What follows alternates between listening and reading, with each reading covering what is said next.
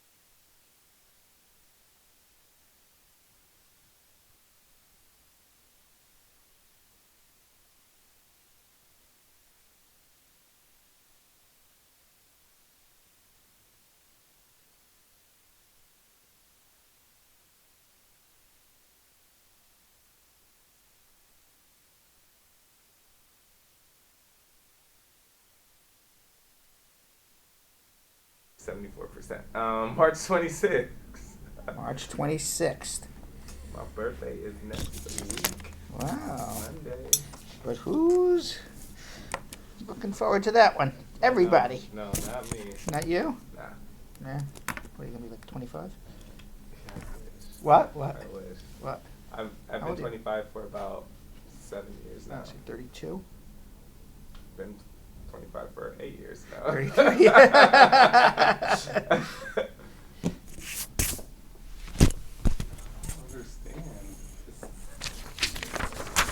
So whack. Isn't it? I'm always hot tub, so hot as fuck. It's not as fucking here, right? Well, maybe just on that light. Oh, it's making it hot. Yeah. No, it's just hot Yeah. in here. Right, I heard they left the heater on all weekend. Oh, maybe that's why, 'cause I don't see her thing. I don't see your Bluetooth on. Maybe that's why. It should just be through Wi-Fi. Are we on the same Wi-Fi? That's a good I question. thought your Bluetooth. Oh, maybe. No. Ha ha ha. Wah wah wee wah. So should I? What? Try that. Boom. That would be crazy if that was If just that's it. the issue, I'm gonna. But I thought your Bluetooth also has to be on. Oh really? Well, on your phone at Fuck least is this? because. Let's see. But you still have iPhone. There we go. How did you like Jorge or no? Did I do a good job or just fair? No, it looks.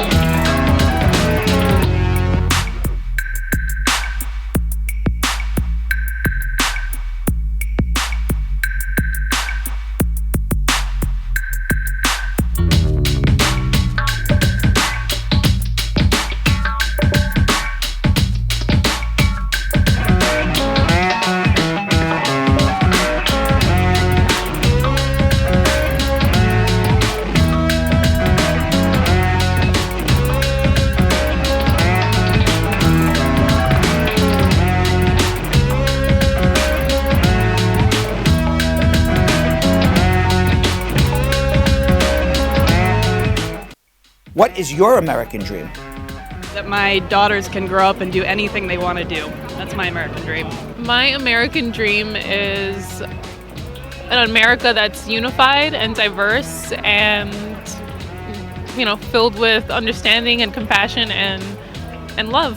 My American dream is I hope that we can all just live equally and freely without prejudice, without ignorance. I want to create a business. I want to focus in build my charity, start in America, build a charity. My American dream is that we can live in a country where we don't necessarily agree on absolutely everything, but we can respect each other and we can work towards making the country better together, because that's what it's all about. Everyone has a right to the American dream. Oh, is this on right? Is this on right? Oh! Hello! How's everybody? Did y'all have a great weekend? I had a pretty good weekend. I was a little down because the Brad Show Live crew went to the March for Our Lives in New York City, and I didn't go. Why? Because, well, as a groundhog, there are 3 things that I fear. 1, predatory creatures who eat furry little critters like me. 2, tainted cheese. Yeah, I'm looking at you, Jeff Bosey. And 3, just the word gun scares me. Anything with guns scares me. So I stayed this one out. But the team went and they spoke to a bunch of really wonderful people, and you'll see that later in today's show. What happened in case you missed Friday's episode? Well, we had Kahim Archer on. He's a fine artist who makes beautiful, beautiful paintings, and he also told us about his family's immigration journey from Haiti to America. We also had Anna Escona, our Miami field correspondent, interview Alejandro Angie about his transition from becoming a musician to a sociology professor at Miami-Dade College, and his immigration story from Colombia. And we heard from criminal attorney at Spar Bernstein extraordinaire David Moreno, who discussed how he helped a young client who had never been in trouble with the law before not have to worry about having a felony on his record after he was caught at a concert with 3 pills on him. Anyway, anything can happen on the Brad Show Live, so here we go. Stay tuned for today's episode. All right, welcome everybody. Brad Show Live. My name is Brad Bernstein. It is Monday, March 26th. At least according to Yonathan Elias, who we're going to be joining us in a minute along with Belgium Kim. For those of you who don't know Yonathan Elias, yo-yo. That's what Tamika says. But before we get to that, I want to let everybody know, I have noticed when we were doing our pre-introduction and then Sam, that rodent that March Higgs says, ew, that rodent. Ew! It's a cute rodent. It's clean. We clean him every day. It's a very clean rodent. So when I was watching Sam, I saw that on some of our feeds we're having broadcast interruptions. If you're seeing a broadcast interruption, we are on both Brad Show Live and Law Offices of Spar and Bernstein. Switch back and forth. Hopefully one of them is working. It's not us. Trust me, it's not us. I don't know if it's Mark Zuckerberg. I don't know if it's the guy who sits next to Mark Zuckerberg, or the guy who is like one elevator floor below Mark Zuckerberg, but it's somebody at Facebook who is, not able to get us a clean feed. Hopefully that will be fixed. It's definitely not on our end. Don't yell at us. Yell at Facebook. It could also be, I don't know, could be trolls. It could be, as Donald Trump says, a fat guy in his bed in China, for all we know. We don't know who's causing these issues. All we know is that there is some broadcast interruptions. Hopefully we'll get it fixed. It's not really on our end. It's on Facebook end. In the meantime, I want everybody to please like and follow Brad Show Live. If you like and follow Brad Show Live, I promise you every day that we come on live, you will be able to see us. But you got to be able to like and follow us, and you'll be notified by Facebook every time we come on live. The telephone number also to call to get on our immigration show is 1-800-529-5465, 1-800-529-5465. We tried to change our tagline to "Come for the immigration, stay for the fun," and it got overruled. Everybody still loves. Everyone has the right to the American dream. So call us right now, 1-800-529-5465, and let's see if we can give you your right to the American dream too. 1-800-529-5465. 529-5465. We got Miss Ellis from Milwaukee, Wisconsin on hold. I see Lisa from Bowie, Maryland on hold as well. And I do have to say hello to, wow, a lot of hellos today. Jeff Bosey, Tamika Nelson, Dionne Watson, Marsha Whitaker, hello. Who else here? Patrona Collins, Stacey Ann Hodge, Jella Shauna, who else? Tracy Taylor, Patrona Collins, I think I said Marge Higgs. She already talked about, ew, that rodent. We like the rodent. Trekkus Taylor, hello Marge anyway. Trekkus Taylor, Stacey Ann Hodge. Who else? Everybody's saying hello back and forth to each other. Pedal Dice, how you doing? Dembasau, Cordella Willery joining us, and Barbara Lord. And everybody else on the Brad Squad, that's on the Brad Show Live page, on the Spar and Bernstein page. Looks like Marge Higgs is watching both Brad Show Live and Spar and Bernstein. Lisa Montauk, Vina Taken, Natalie, how are you? Denise Bernard, Camille Anderson, Lisa Bling Rose, Nicola Kramer, and Dawn Harriet, Leedy Goodaz, that's new. Is she new to us, Letty? Camille Henderson, hello. And Dane Williams all the way in Atlanta, and everybody else who's watching, hello. And of course, Belgium Kim will be here with you. She's on both of our feeds, both on our Brad Show Live feed and on our Law Offices of Spar and Bernstein feed. So those who are watching on one or the other, you can just talk to Kim and she'll connect you both. Belgium Kim. In the meantime, congratulations to the super lawyers who were selected this year in 2018. For those of you who don't know, Super Lawyers is the, as far as I'm aware, the only organization that has attorneys nominate other attorneys in their city and states who they consider to be super in their particular field. Candidates are evaluated by 12 indications by their peers in professional recognition. They are evaluated by other attorneys. Oh, hello, everybody. We're here. We just showed up. Yeah, that was crazy. We just showed up. Hello, I didn't know you were coming on so fast. Yeah, but we just ran here. So anyway, they're evaluated. Let me tell you about super lawyers then. They're evaluated by the leading peers in their field. So in other words, it's lawyers evaluating other lawyers. And finally, only the top 5% of the vote getters, meaning that you're in the top 5% of attorneys in your city or state in your particular field, as voted on by other attorneys. So congratulations to, this is the list from Spar and Bernstein. Tell us. Bradford Bernstein, congratulations! Yeah. There I am, super lawyer, Sharp. 2018. Sharp, man. Sharp guy, knows his stuff, I right? like that. He's a sharp guy, knows his stuff. Congratulations. There we go. There we go. But that's not it. Congratulations also goes out to Moshe Baruch. Moshe Baruch. As the caged animal, as he is known, he is a personal injury and medical malpractice attorney. He began his career working on some of the largest mass tort cases in recent history, including Marina, boy, I can't even read this, Avendia, Prosepia, complex cases with large verdicts and a lot at stake for the injured victims. He is now using his experience at his prior practice here at Spar and Bernstein to analyze, investigate, and execute personal injury plans for each of our clients' cases.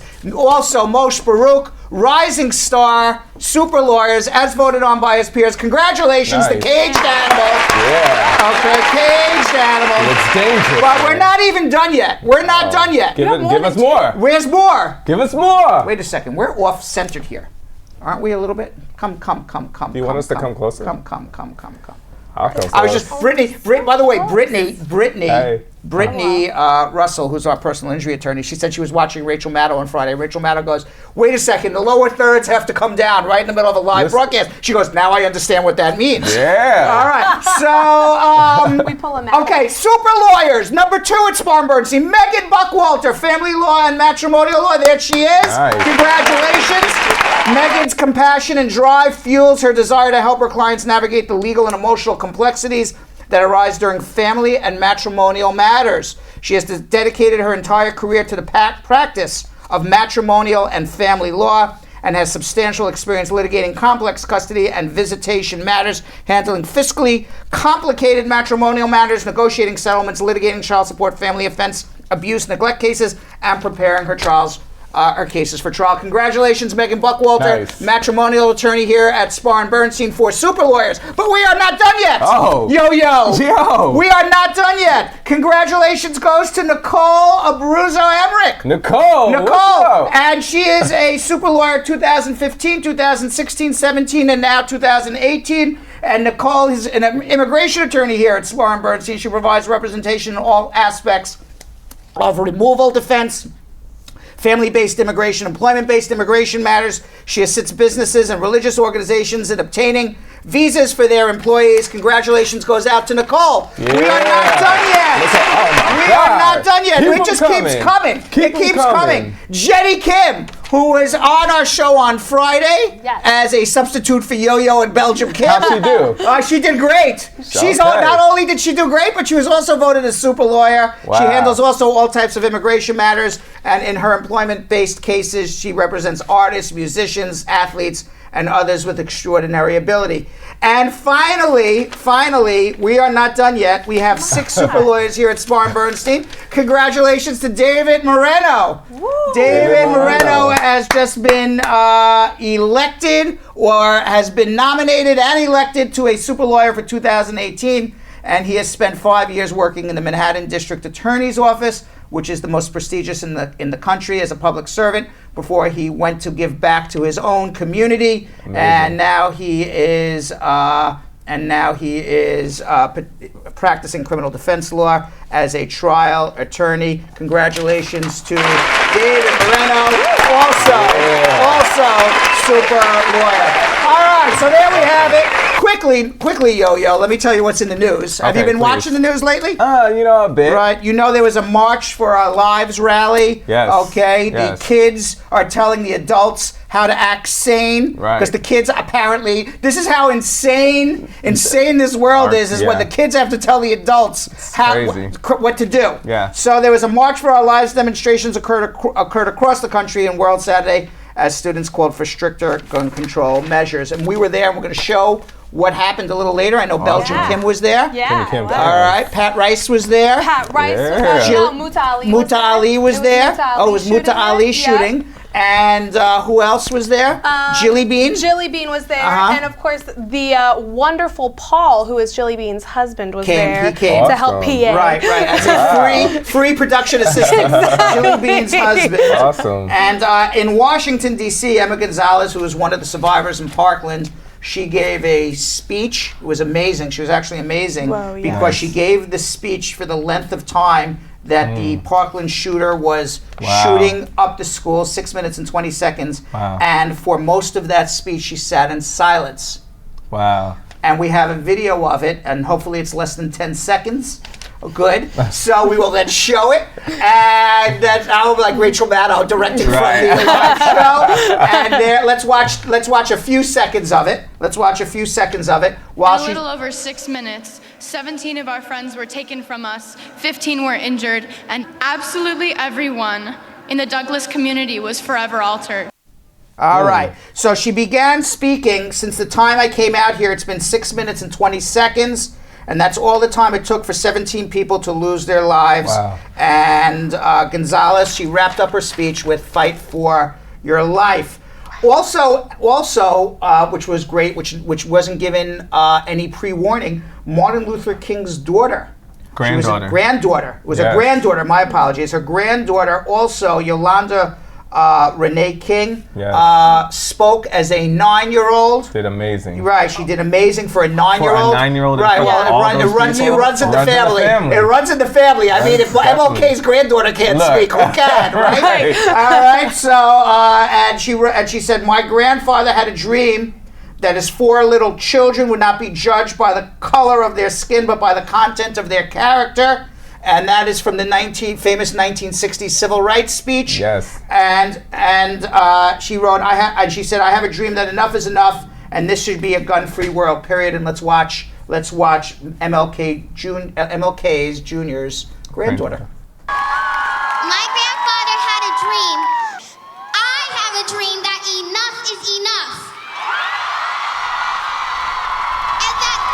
That's How amazing. was That's that? amazing. Wow. Like, So crazy. and then the Republicans they gotta watch out, Yo-Yo and Belgium what's camp, up? because they had thousands of people registered to vote these Republicans out of office because America. You know what? Maybe yes, there is a second right and there's a Second Amendment. Your right to carry a gun, but there's also the right to live in peace and liberty, and you can't do that if people are shooting you. Yeah. All right, because you're dead. Right. Okay. So so there were thousands and thousands of people who were signed up to register to vote, and hopefully the children will make the adults a little more reasonable and sane. I love it. Absolutely. I also saw a little 11-year-old girl. Her name was, I think, Naomi. She gave a speech and it was just, it was breathtaking. Just to see these little kids out there doing what the adults are supposed to be out there doing. You know Exactly. what I mean? Yep. Right. So, I'm happy. We only have a couple more years for them to get out there and vote as well. So. Well, this show. If you want to know how the stupidity of all of this goes, there's a senator from Pennsylvania. His name is Rick Santorum. So after all of these children marched, all young adults marched, after the students from Parkland who had to hide behind their desks to avoid getting shot, killed. Okay, there's a gunman running around with a semi-automatic gun, shooting up a school. Okay, 17 children were killed. God knows, hundreds and hundreds of, maybe even over 1,000 people watched their children, teenagers, watch their friends die. Yeah. Okay, and here's a guy. Okay, and I'm not going to get into the whole pro-choice movement. Okay, but here's a guy who is against pro-choice.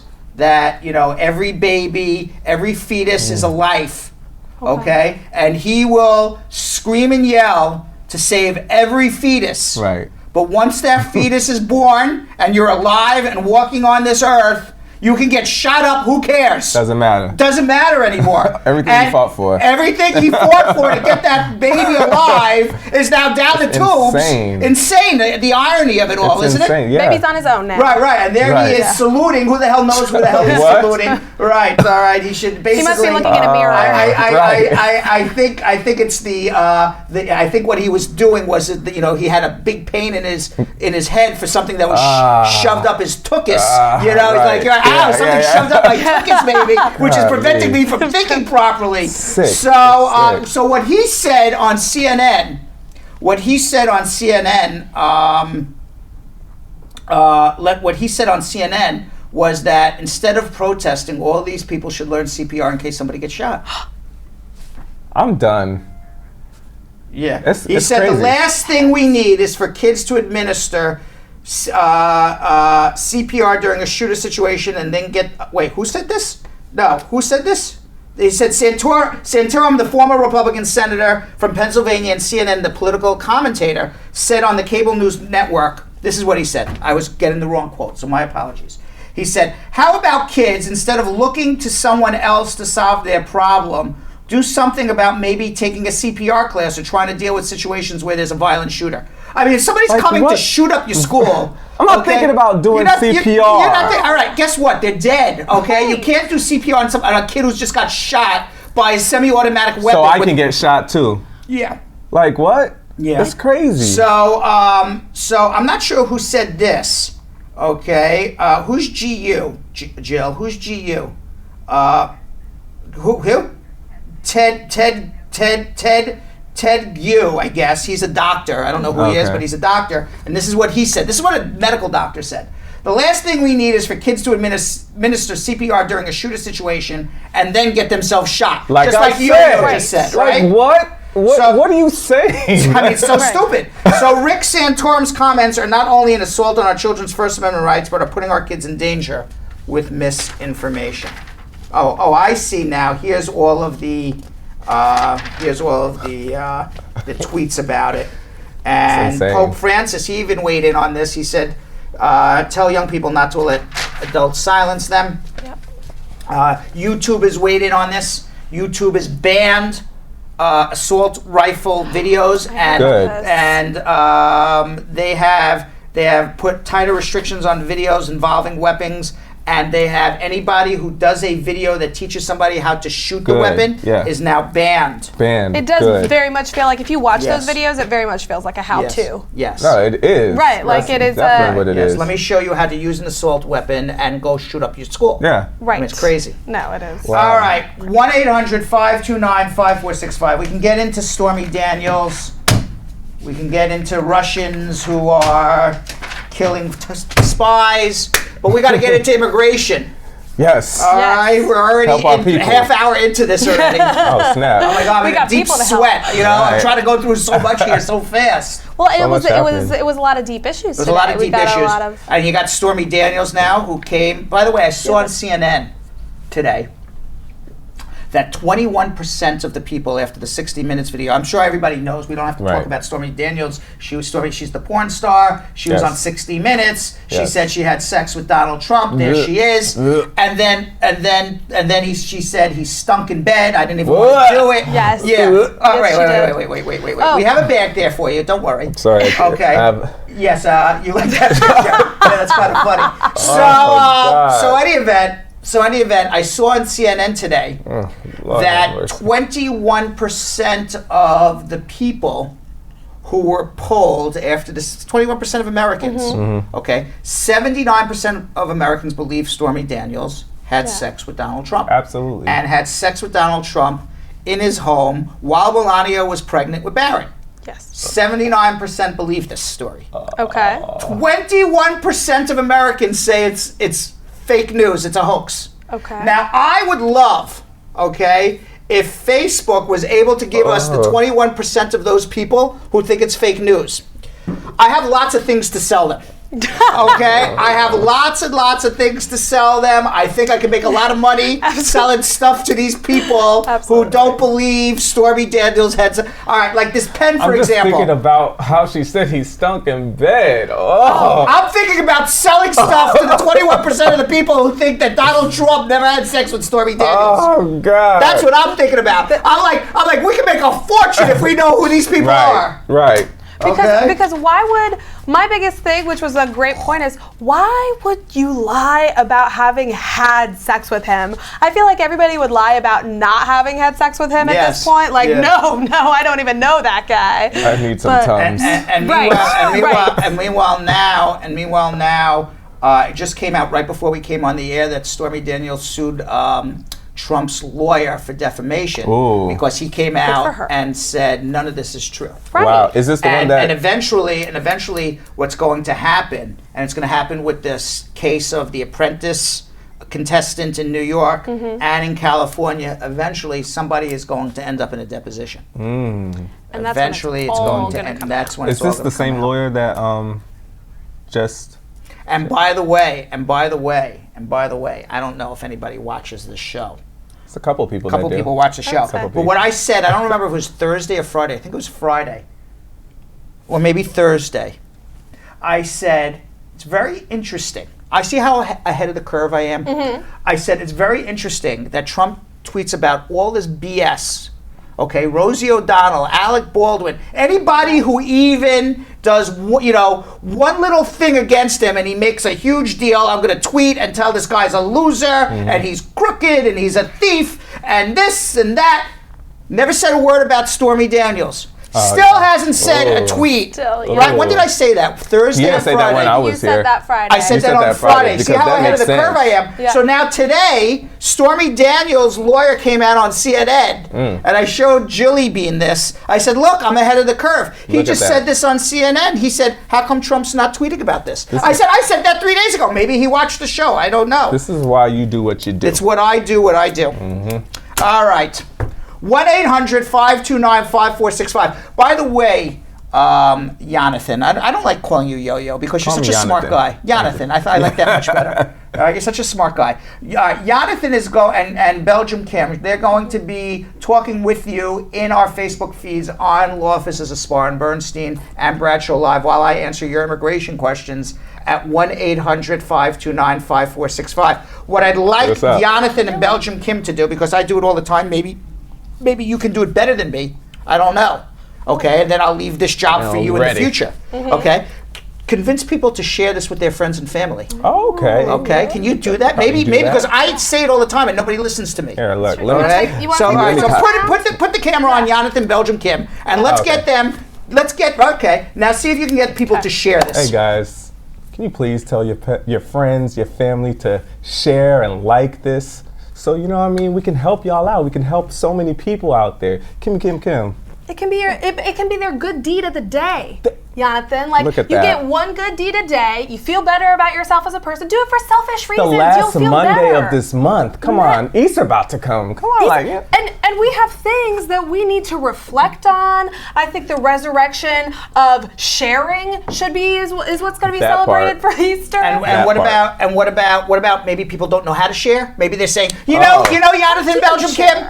You can't. Maybe I don't know what I should be doing. Maybe I'm not technologically advanced. I'll help you out with that. It's okay. Help them out. It's all right. So the right of, you see me there? Yeah. To the right of the bottom part of the video, you see a little arrow that looks like this. It says share right under there. It's just like a little whoosh kind of arrow. You know what I mean? Like and an then upside down Nike swoosh. there you go. You could write a post. You could talk to your friends and your family and tell them exactly what you're sharing. Just say, hey, anybody that has any immigration questions, watch this show.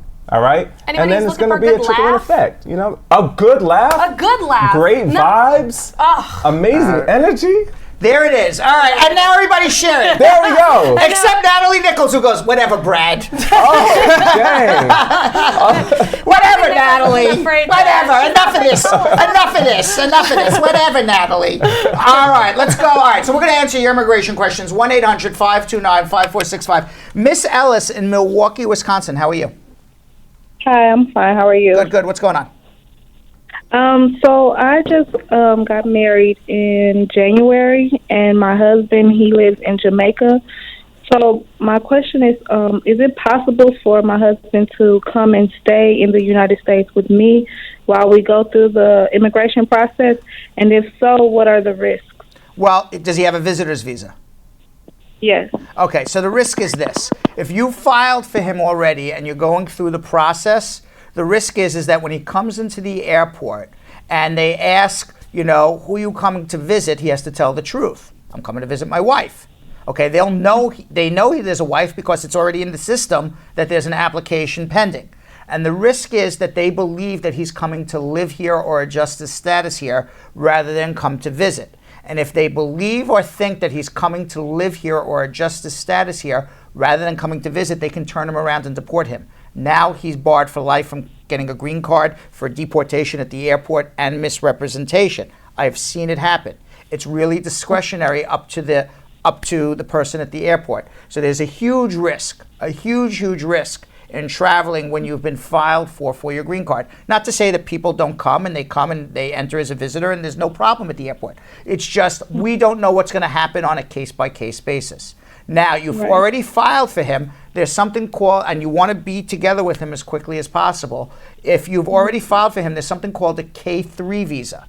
Now, that will speed up his entry into the United States a few months. It's a visa to allow him to come live with you while he's waiting for his green card. It doesn't happen overnight. It still takes 6, 7, 8 months, but it's better than waiting the year and change for him to come with his green card. Okay. All So right. I haven't filed for him yet. Okay, so now, if you have not filed for him yet, he can come visit. He's coming to visit. Okay, as long as he's truly in his heart and in his brain coming to visit.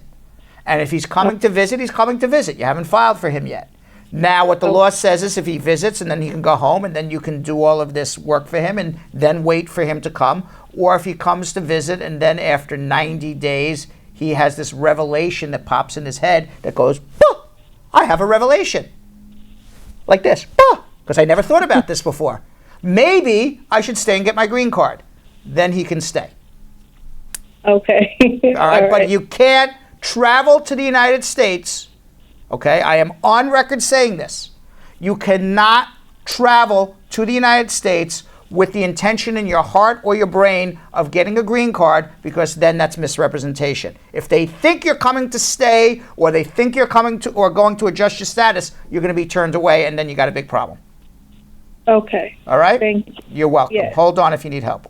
1-800-529-5465. Lisa in Bowie, Maryland. Lisa. Yes, hello? Bowie, Maryland. Not Bowie, Bowie. Lisa. Yes, I'm here. You hearing me? Yes, I hear you. What's going on? Yes, I have a similar question to the one that the lady just asked. Yes. About the child. Having a visitor visa from Jamaica, but he's on the I-130 pending. Right. Will it pose a problem if he comes to visit? Yeah. As soon as the I-130 is filed, you've shown that intent to get your green card, especially as an immediate relative. They are going to see that at the airport, and you're really leaving the rest of your life to the discretion of somebody at the airport, whether they believe that you're coming to visit, and hopefully that's the case, and you're not lying, or that they think that you're coming to live here permanently and skip the process of getting the green card in Jamaica or whatever country you're from.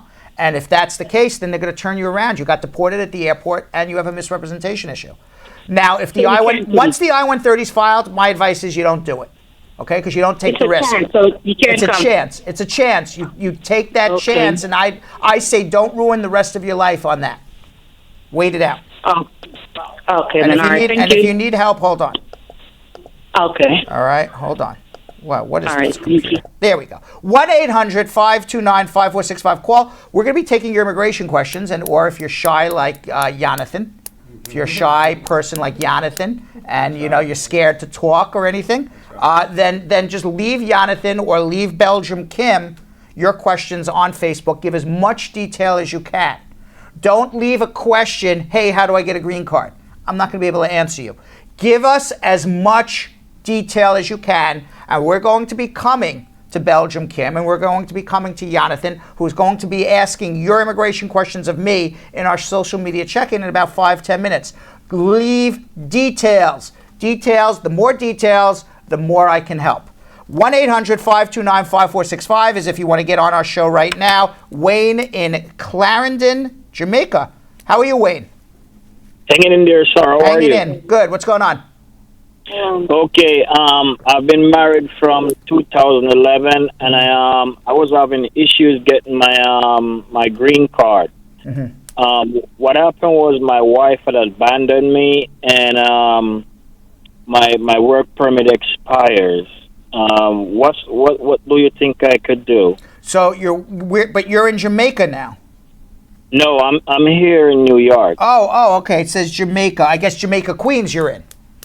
Yes. Got it. I got it. I misunderstood. All right. So your wife abandoned you. Your work permit expired. You're in a dead marriage. So unless there was abuse in the relationship, then why be in this marriage? Yeah, I mean, even if you're in an abusive relationship, why be in the marriage? But if you were in an abusive relationship, meaning that there was emotional abuse or physical abuse, then you can file to try to get your green card and prove that. Short of that, if your wife leaves you or your spouse leaves you, there's really not a lot of options. And then at that point, I mean, get divorced and find another way. Okay, because I put in the divorce and it hasn't gone through yet. You have someone else to marry? Are you in love again? Did you fall in love again? No. All right. So I think what you do is, why don't you hold on, make an appointment. Was there abuse in the relationship? Or she just kind of left you? Yeah, she just up and left me.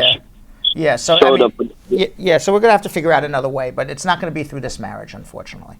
All right. So Okay. hold on one second. All right. Let's go to Jonathan in Orange County, California. Jonathan. Yes. So I had called you actually a while ago about my immigration case. I had a couple felonies. I went to a detention center, and an immigration judge gave me back my green card. This is going to be the first time I renewed it. I renewed it. I went and took my fingerprints, and they gave me a 1-year extension on my green card. The thing is, it expires in July of this year, and I haven't heard nothing from them. I keep checking on the website for information, and all it says is if we have any questions from you, we'll contact you, and if not, then just wait. All right. At what point do I need to start worrying about them not sending me my green card, my permanent residence card? Now, it's been a year. Let me ask you a question. You had a green card, and then then you had these convictions, and then they put you in deportation, or you had these convictions when you were out I've had my green card. I've had my green card since I was 10 years old. Okay. I'm 38. You're 38 now. And- Okay. Tell me about. Would you like to share with me and the rest of the world who's listening? What were your convictions for and when? For possession of methamphetamine and second-degree burglary. When was this? And I was put on felony probation, which I violated, and then they sent me to Folsom Prison for 18 months. Wow. Okay. And when I was about to be released from Folsom, immigration came and picked me up. Right. At which point they took me to Eloy Federal Detention Center in Arizona. What And- year did all of this happen? Because you're 38 now. 10 years ago? 10 years ago. And okay. Yeah, when I first got my green card. Okay. And then now it's time to renew it. But you know, went so to I a went- judge. You went to a judge.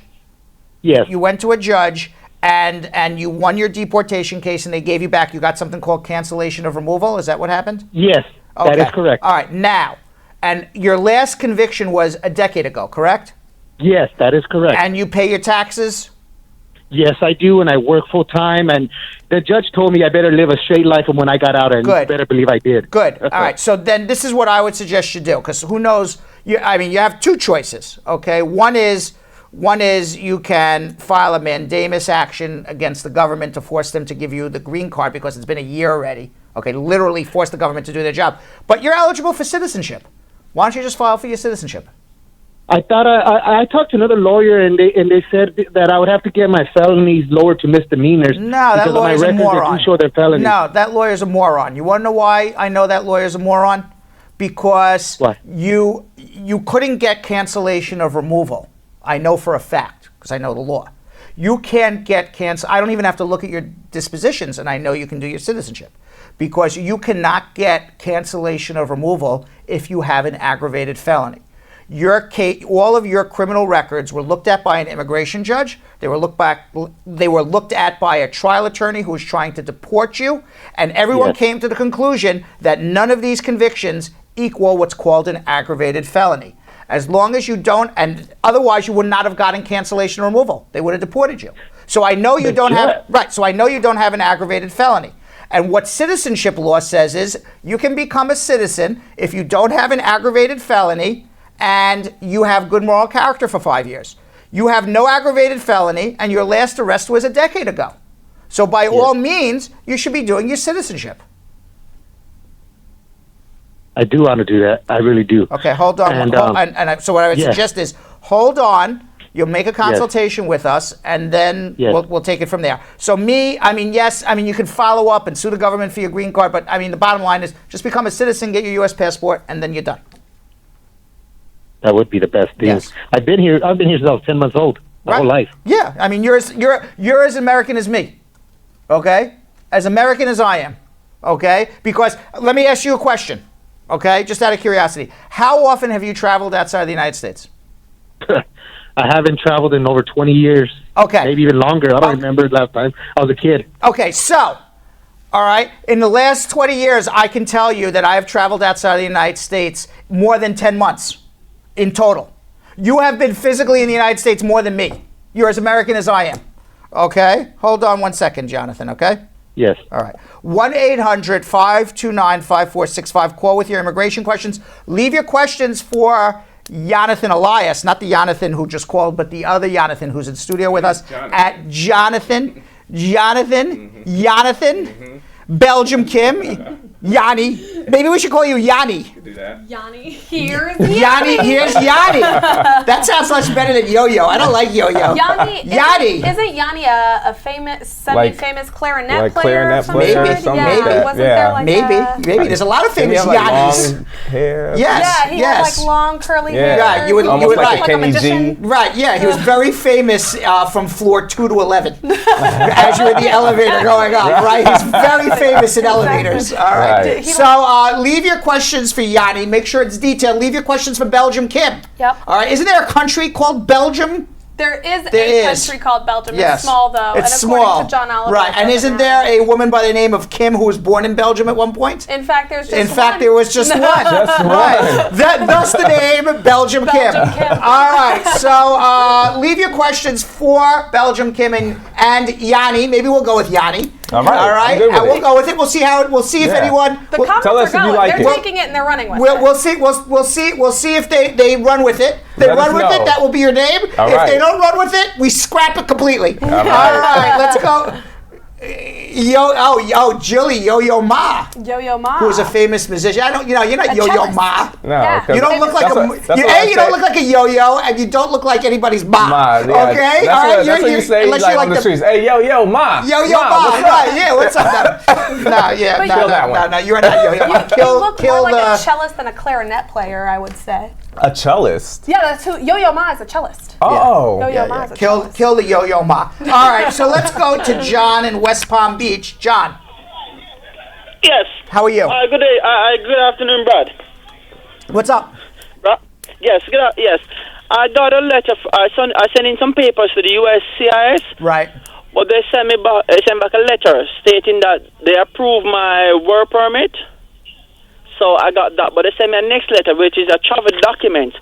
But they say on the work permit it's gonna be a I-512. Right. So I'm wondering what is that, and if I can travel on that. They say it lasts for 1 year. Yeah, that's the advanced Advanced parole. So parole. your work permit also functions as your advanced parole. It's 2 documents in 1. So it allows you to work. It allows you to travel. So you can travel on that. So you're saying that would you recommend somebody to travel on it? Sure, why not? Is it safe? Absolutely. Bon voyage. Okay. Yeah, it's okay. fine. Thank you very much. Yeah, don't stay out for more than 2-3 weeks though. It's safe as long as it's a short trip. Long trips becomes a little more hazardous. Okay, because I was reading, and they were saying that if you leave the United States, it's not a guarantee that they will allow you back in. So I was wondering You are correct. It is not a guarantee that they let you back in, but they have to have a lawful reason not to let you back in. So a lawful reason would be you have a criminal record. I assume you don't. You have drugs in your possession. Okay, you met Pablo Escobar and he gave you a suitcase to bring back to America. I assume that's not going to happen. I think Pablo Escobar is dead anyway, but whoever. Okay, or as I said, you have a criminal record, or maybe God forbid, while you're traveling, your spouse withdraws your application. Now you don't have a pending application. Then that would be a problem too. I mean, but assuming all is well in your life, 1 or 2 week traveling on advanced parole is fine. They have to lawfully let you back in. Oh, okay. All right. Thank you very much. You're You're very doing a good job. Keep it up. Thank you very much. All right. Thank All right. 1-800-529-5465. Let's go to Chantel in Hartford. Chantel. Yeah, hi, How good you doing? afternoon. I'm wondering, my husband is going to become citizen in May. I am undocumented. We went to file for, at the library, they have the free consultation thing, and the lady was saying that he can't continue to do it because I'm not, I don't have a social security. Can't and continue to do what? Continue to file for his citizen. All right. This is what happens when you get free advice at the library. It's all verkauft, as they say in the Yiddish language, which doesn't exist also anymore. Okay, verkauft.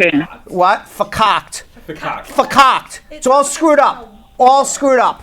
All right. So of course he can file for his citizenship. There's no law that says you can't become a citizen because you married someone out of status who doesn't have a social security number. That's the most ridiculous thing I ever heard in my life.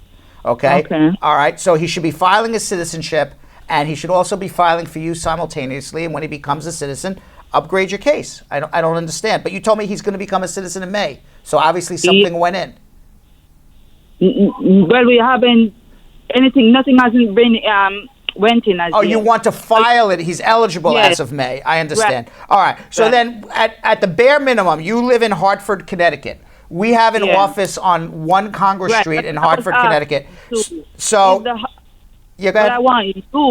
You want me? Yeah. Okay. 'Cause I need a good lawyer. Or everybody who works at Spar and Bernstein is a good lawyer. I promise you. So you the would. problem is I filed I-130 before in 2013, and that lawyer allowed for it to told me that I should not send in any other documents because if I send anything, then they're going to ask me to go home, and he let that one expired. He let All right. There's provisional waivers. All right. You're everything you've done is verkauft now. Okay, Right. so you could have got a provisional waiver. You could have went home. You could have come back. Your husband can do his citizenship. Okay, so I have an attorney who is fabulous. She's been with me for years. Her name's Marina. Okay, Marina. She's in Hartford every day. I promise you, from the bottom of my heart, I won't send. I wouldn't send you wrong. Marina. Okay, you speak to Yeah. Marina, and if you're not happy with what Marina says, I will come up to Hartford and meet with you after. I guarantee. That's how much I know that Marina will be fine for you. All right? And is it the same number I should call? Same telephone number, the same number you just called right now. Okay, hold on 1 second. Hold on. All right, 1-800-529-5465. Let's go to Margaret in Germantown, Maryland. Margaret. Yes, I'm here. I have a petition that I filed for my brother 13 years ago. Mm-hmm. It was approved, and he had his 2 sons on there. And when we paid for the visa, we only paid for 1 son. So 1 son is here and 1 is in Jamaica. Now we're in the process of trying to bring up the other son. Which son are we talking about? The one in Jamaica now? The one in Jamaica. Okay, that one does not have a green card yet. How old is that son? 16. He's 16. And now, this is your son or your husband's son? That's my brother's son. Your brother's son. My brother. Okay, your brother's already here with his green card? Right, they are here from October of 2017. Okay, so he can follow to join now. He can come. You can just have to contact the U.S. Embassy. But when I try to reach the embassy in Jamaica, they're giving me the runaround with this automated line. I'm not talking to a live person. Yeah, that's the So problem. Is there any forms that need you filled got out? no. Unfortunately, this is a bureaucracy. You got to talk to a live person. Luckily for you, you are speaking to a lawyer and a law firm that can speak to a live person in Jamaica for you. Okay. So hold on 1 second and we can help you. Okay. It's just Right, thank you. just follow to join. It's very simple. Hold on 1 second. Okay. 1-800-529-5465. Let's go to Natalie in West Palm Beach, Florida. Natalie. Luckily for you. Natalie, you gotta shut your phone off and please shut your volume down, Natalie. Hold on. Thank you very much for helping me.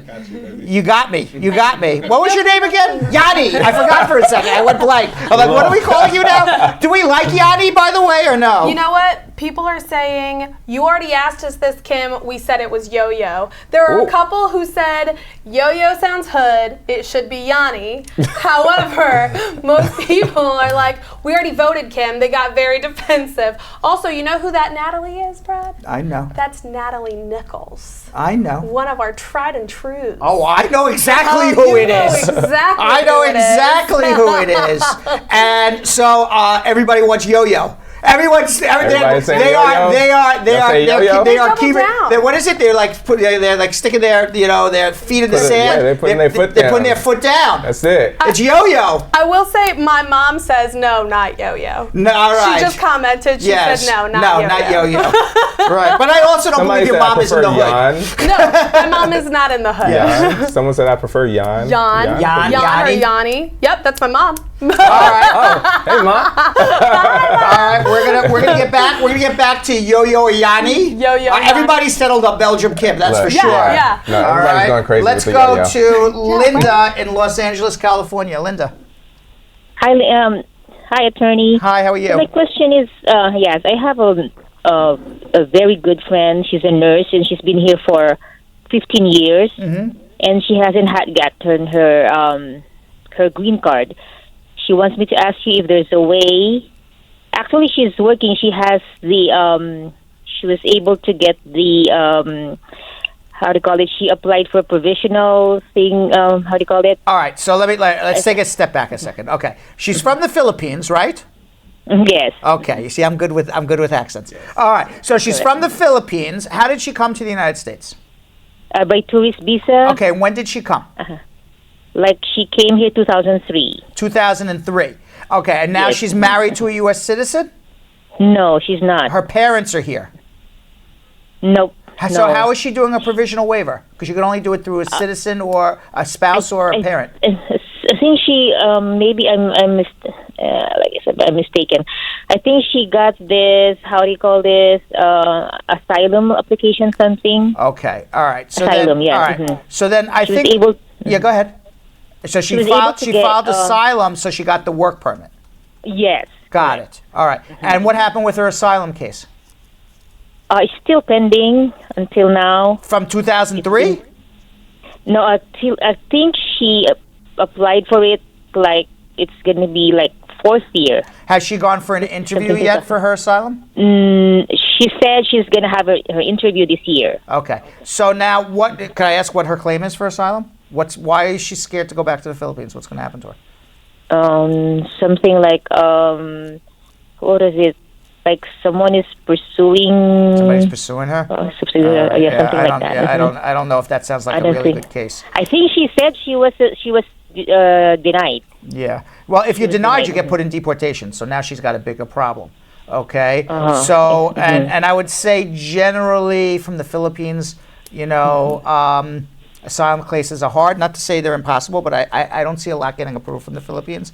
What I would suggest is hold on one second. Let's get your friend's information, okay? All right. Let's go to Grace in Queens. Grace.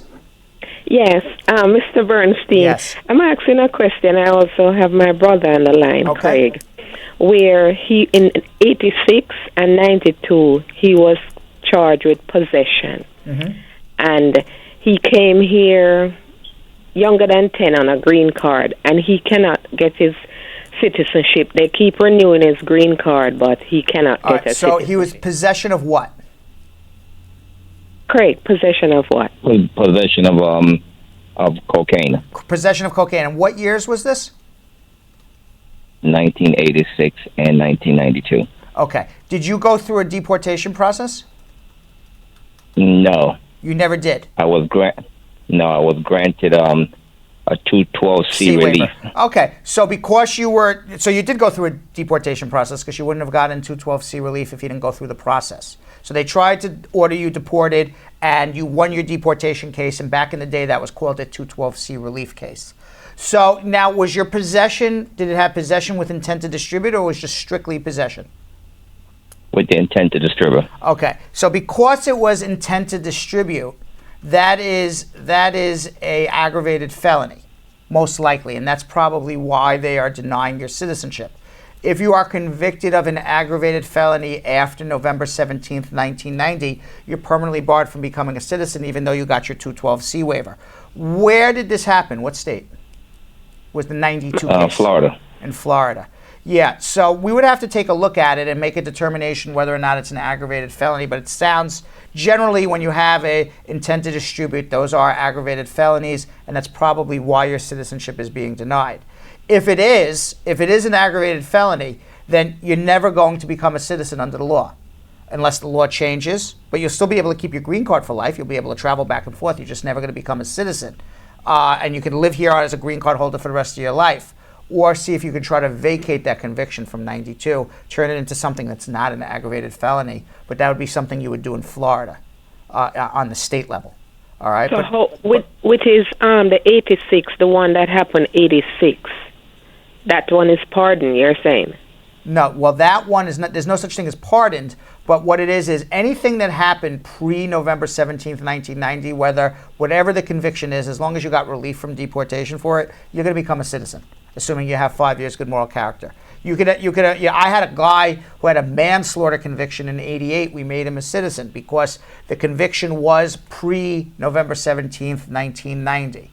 Once the conviction happened after November 17th, 1990, they put in a provision in the immigration laws that if you happen to be convicted of an aggravated felony after November 17th, 1990, that is a permanent bar to becoming a citizen. Not a permanent bar to beating your deportation case, but it's a permanent bar to becoming a citizen. And that's probably what's happening here.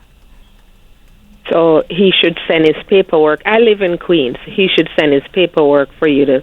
He should have a consultation with me, correct. Hold on one second, and then we'll make a determination. He can have a phone consultation with you? Absolutely, from Florida. Hold on.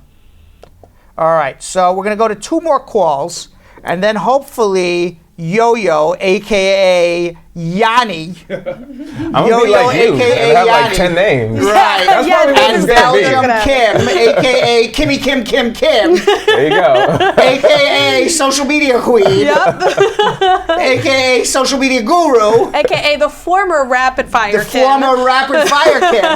Right, you were rapid fire Kim For a little hot bit. second. For a hot second. We'll be asking your immigration questions. So leave your questions right now. After 2 more calls, we're going to take 2 more calls, and then everybody else, we're going to answer your immigration questions on our social media rapid fire round. When you leave your questions, let me give you some instructions quickly, because we're going to get to that in like 3 minutes.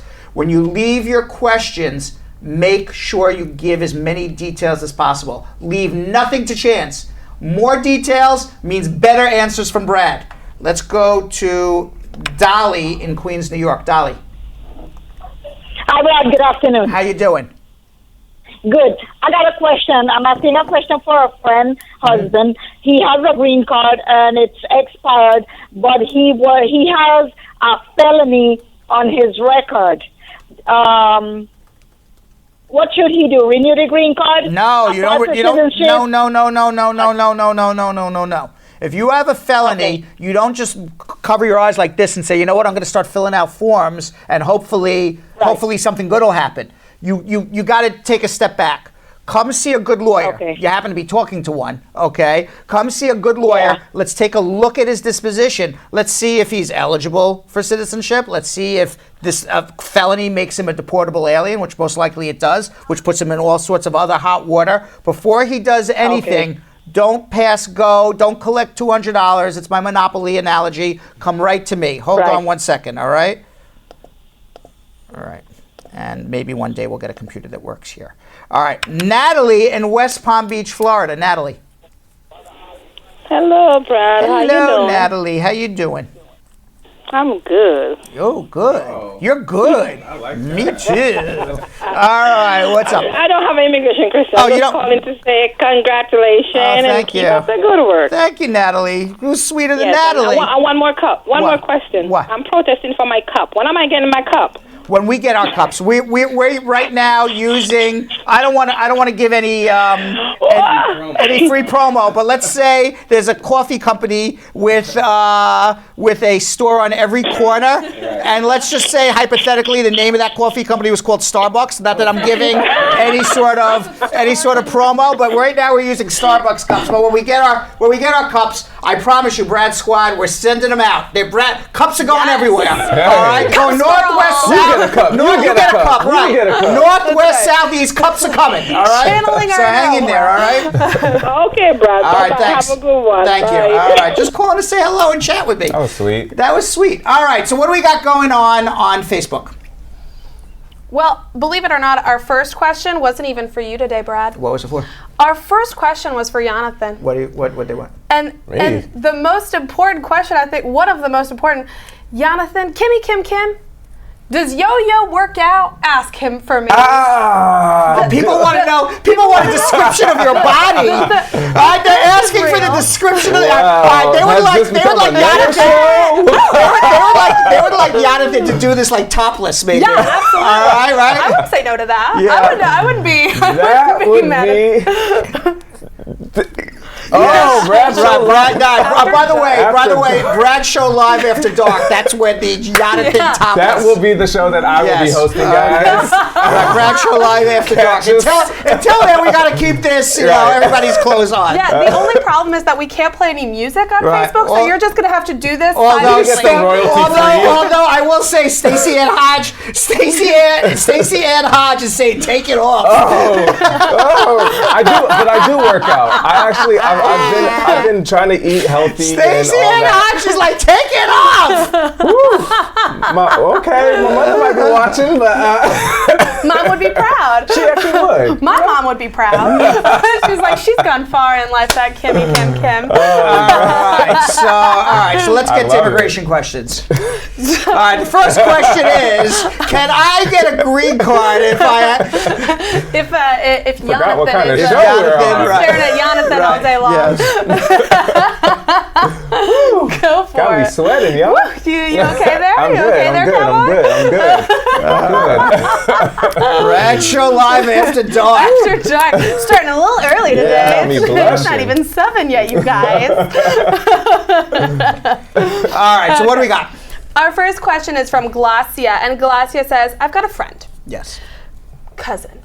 I've got a friend. She married a guy who's collecting disability and food stamps and has state insurance. I'm assuming it's some sort of Obamacare situation. Could he still file for her green card? Yes. What is it? Is getting food stamps? Yes. No. No. Food stamps? No. You would have to get off the food stamps. I don't want anyone to starve, though. Right. Right, because what This you is have to do when you're getting government assistance that is need-based, food stamps is need-based, then what the government's going to say is you can't support yourself, let alone the next person you're filing for. So you would have to end that government assistance that's need-based.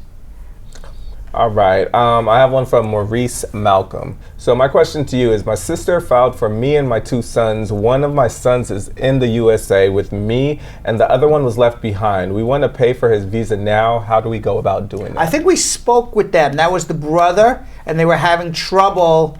Was that the same person who said, I'm trying to call the U.S. Embassy in Jamaica, and I'm having trouble? And I said, hold on, we can help. She's getting automating recordings. So she had filed for her brother. The brother came up. Everyone's got the family. There's a 16-year-old left behind. He's still following to join. And I had said, if you can't reach, you have to literally speak to the U.S. Embassy to set that thing up. But if you can't, and you can't get them on the telephone, come see us and we'll get them on the phone for you. Cool. Ahmed says, what's the processing time for an I-751 in the Vermont Center? I filed on March 1st of this year jointly with really good supporting evidence, and I have a baby with my wife. I was told it was a really strong case and that it would take 4 to 6 months to get a 10-year green card. Is that accurate? No, it's going to take you over a year. That's what it is, unfortunately. But you have a strong case, I agree. Okay, Chrissy Boo Spence Roberts says, after I-130 visa petition for a child under 21 is approved, how long does it take for them to get here? About 6 months. Oh, I gotta look in the camera. About 6 months. Right, you talking to me like, you know, I'm looking the wrong way. About 6 months. Chitlin. Yeah. Susie says, a friend of mine fell on his job and has been unconscious for 3 days in the hospital, still as we speak. How could he go about getting justice? He hit his head but did get brain damage. He was also fired while he was in the hospital unconscious. He was riding a forklift, fell, and hit his head on the railing of the forklift. That's a labor law case, and he should be getting millions and millions and millions of dollars. So do nothing else. Get their number, and we'll get in touch with the family. Dang. Okay. So I have one from. And by the Stacey way, Ann Brittany, we should run Brittany's tape again. Yes. She got a verdict for $13.5 million. Not in a similar labor law case, but certainly in a labor law case. We talked about that on Thursday, right? Yeah. Okay, Stacey Ann Hodge. Question is, the father and a 5-year-old son live in Jamaica. The mother died. The dad's sister, who is a citizen in the U.S., wants to file for the child. So what's the process? And they said that I've heard you tell other callers what to do, but I can't remember fully what you said. All right, so we're talking about an orphan where the parents are dead, basically? Well, the mother. The mother died? The mother died, but the father is still alive. Okay, so we have to strip the father of his parental rights. The mother passed away, all right, to file for a child in Jamaica. Now, different countries, different rules. Because some countries have Hague Convention rules, others have non-Hague Convention rules. I'm not going to get into what the Hague Convention is. It's just a treaty between the United States and the United Nations about how children are treated. Jamaica is not part of the Hague Convention. So you have to strip both the mother and father of the parental rights. Now, the mother passed away, unfortunately, so there's nothing to strip there. She's dead. The father still exists. He has rights in this child. So the father's rights have to be stripped. Maybe because he abandoned the child, maybe the child's not living with the father, maybe the father can't afford to keep the child. But somehow, the father's rights have to be stripped. You can't go to Jamaica and say, here, father, sign this, and give the kid over to me, because then that's not stripping the father of his parental rights. That's the father consenting to an adoption, and now that child's was never orphaned. That's just a straight adoption. You always have to, from Jamaica, you always have to bring a child as an orphan. So you have to have the father's rights stripped in a court of law in Jamaica. At the same time, do what's called a pre-adoption here in the United States, whatever county and state you live in. And you go into the court and you ask a judge, basically after you provide social worker evaluations and fingerprints and background checks, to say, here's all the documentation. I am going to be filing for an orphan in another country. When the orphan comes to the United States, based on everything you see here, Judge, would you sign an adoption order? And that's what the pre-adoption is. And the judge says, yes, when the child comes to America, I'll sign the adoption. So now you go to immigration, you say, here, immigration, I got an orphan. Mother's dead, the father was stripped of his parental rights. I got a judge in America who says he'll sign the adoption order. Now let's file the immigration papers to bring the child to America. That's how it works. Simone says, if, and if is in all caps, if I'm married and my naturalization certificate is not in my married name, what should I do? Could I just go change it at the Social Security office? Well, if you want to be known in your married name, you would have to change your naturalization certificate. You can certainly go to the Social Security office and say, hey, I'm married, and here's my marriage certificate, here's my naturalization in my maiden name, I want my Social Security card in my married name, and then with the Social Security card, then go get your driver's license in your married name, go get your U.S. passport in your married name, and guess what? You've now have your married name. You don't even have to do anything on the naturalization. Or you can go and change it on the naturalization. There's a form to do it, and then go do all of what I just told you. All right. So Punchy wants to know, if you have a work permit, can you travel back to Jamaica? No, but if you have advanced parole, you can travel back to Jamaica. You need advanced parole. If you leave the United States on a work permit without advanced parole, you're not traveling back to Jamaica. I'm over here on this side. I don't know what happens to the There I am. I just finished the answer. All right, go back now. All right. So when you're answering, there you are. Right, exactly. Like you're a puppet. Right. I know. I popped up and I saw her little face. I'm like, when I start talking, all right, let me do Rachel Maddow again. When I start talking, the camera comes on me. When I stop, it goes back to them. Okay. All right. All right, so what's next? Mini-Me says, I'm a green card holder who's renewing my Jamaican passport in January of 2018 I started. I found out that I had to redo and submit additional paperwork, but the ticket to fly to Jamaica was already bought and I had already submitted my itinerary. Please explain a two-way emergency certificate issued by the Jamaican consulate. Also, what to expect at the airport when I'm leaving and returning to the U.S. on this document. What document are they traveling on? They're a two-way emergency certificate issued by the Jamaican consulate. What is this Mini-Me's status here in the United States? The green card holder. Okay, so the issue becomes they don't have a Jamaican passport. Right, their passport is expired. Right. Okay, so yeah, you need the explanation is you need a passport and a green card to get on the airplane. Okay, so when you get on the airplane, you have to travel on the emergency travel document. I don't know if the Jamaican consulate here in the United States in New York is going to issue a two-way or a one-way. If they issue a one-way, then it's only good for one way, and then you got to deal with it in Jamaica to get a passport or another emergency travel document to come back. Or if it's a two-way, then it acts like a passport. There's no difference between presenting that and between an emergency travel document and your green card and presenting a passport and a green card. It works the same way. So how you traveled into the United States and out of the United States with a passport and a green card is the same way you would do it with an emergency travel document. No different. Okay, Sadie's Boyden wants to know, how come they stopped allowing legal immigrants to join the military? Sorry about that. I don't know why.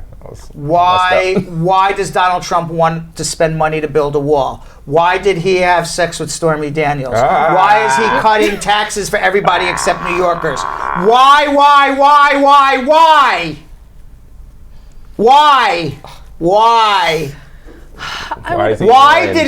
did anybody vote for this guy? Why? By the way, I still want to find the 21% of the people who don't believe he had sex with Stormy Daniels. I have a lot of stuff to sell them. I'm going to make a lot of money. Do you know what we forgot to do today, What? Brad? It's supposed to be Brad's Roger Siskel and Ebert moment. What? Your movie review. I saw the Black Panther. That wasn't going to be the Finally? movie you were going to Yes. review. You were going to tell Just us now? what Stormy good Daniels? actress Stormy Daniels is. According to 60 Minutes, by the way, she's also a writer and director. Yeah, right. That was the real This was, don't make me reenact her. Don't make me reenact her dialogue in her movies. You don't. Right. Right. Don't make me reenact her dialogue. Well, that will have to be for the Brad Show Live After Dark said an actor? episode. She's a writer, director, and Yeah. actor. I mean, I got the needed acting, writers. 'cause I didn't you know. gotta act All right, so let's do someone. this. Let me speak to Lisa in Queens, who's been holding on. Keep leaving your questions on social media with Belgium Kim and Yonathan Yo-Yo. What do you want to Hey, share with me quickly? Someone's asking, Brad, why are you so interested in Stormy's love life? Why am I so Dang. interested? Let me Tanisha's tell you right. something. Denisha. What? Let me explain something. You did to bring her up a couple of times. You know? All right. When anybody talks about their sex life, my ears perk up. I don't know. I mean, all right. Now the joke's gonna be like, yeah, bro, that's not the only thing that perks up. All right. So let's go to Lisa in Queens. Lisa. Hi, Lisa. We're back to being normal again now and answering your immigration questions. Okay, I'm calling for a friend. My friend is living in the U.S., but she has no paperwork. Is there any possible way that you could assist her? With Or no what can she paperwork? do? I don't know. She No. would need to come for a consultation. You know, when somebody says, I need a green card or I don't have paperwork, what could I do? There's like 100 different things to do for 100 different people. So I don't have an answer Okay. but what I do is this. I assist people to become legal every day.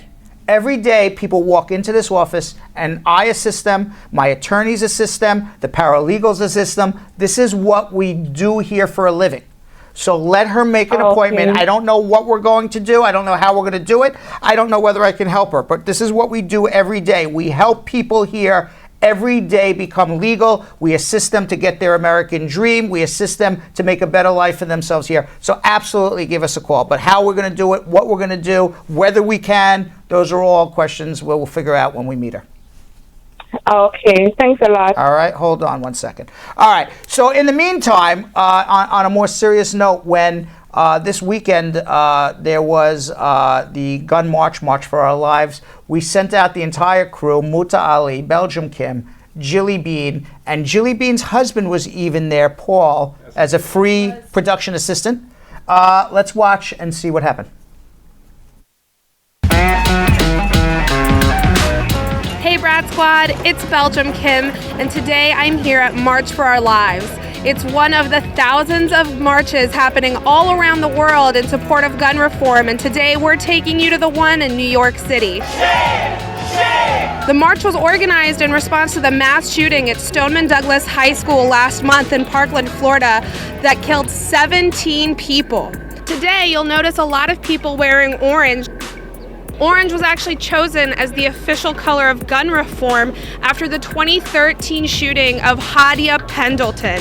Hadia was in Chicago, and it was just 2 weeks before she died that she performed at one of the events surrounding Obama's second inauguration. Her friends chose orange as the color that they're going to use to commemorate her death and support gun reform, because that's the color that hunters use to protect themselves from other hunters. Today, we're going to go around and ask these marchers why they're marching and what they hope this march accomplishes for gun reform in the U.S. Let's find out what they have to say. Why are you out here marching today? So our grandchildren and children can have a better future. They don't need to go to school and be scared every day. When we went to school, all we did was a fire drill. Today, they're teaching these kids how to hide and be silent from terrorists. Why are you marching today? I agree with all the kids, and I love that the kids started this movement, but it's something that we all need to get behind. My sign says, no other country has these problems. It's true, and it's something that lawmakers have the ability to change. You just told me something happened earlier this week at school. What happened this week? Someone actually pranked the school saying that they were going to shoot it up, so pretty much everyone kind of freaked out, and they shut down the school for about a day, and then everyone came back afterwards. How did you feel that day? At first, I thought that it was real, and I freaked out because a lot of things like that are happening, and I didn't want that to happen, so I was kind of afraid. We just saw you attempt to put your sign up with one of the dozens of signs on the Trump sign, and the cops just gave you a really hard time about it and said that you were littering. Yeah. How are you feeling about it? My sign might be offensive to them. I mean, as a public school teacher, to me, this is just unbelievable that from where I came when I started teaching to where we are now, that we're protesting. I try to prevent guns in schools, and there are people who are advocating for people like myself to carry a gun. It's just insane. This is just an important moment, and I'm glad I'm here with my kids. Why are you out here marching today? I'm out here marching because I have a daughter and I want her to be able to live in a world and go to school without fear of guns. I'm out here with my uncle to make sure that we show people that we're not taking this anymore. Why does a regular citizen need a weapon of war, a gun that can shoot 70, 80 rounds? Why does a regular citizen need that? Why are you guys marching today? To save their lives. It's got to stop. If I have to march every weekend, I will do it. First things first, all automatic weapons gone. Number 2, squeeze the gun lobby. No more gun money in our government, period. The NRA is really idiotic.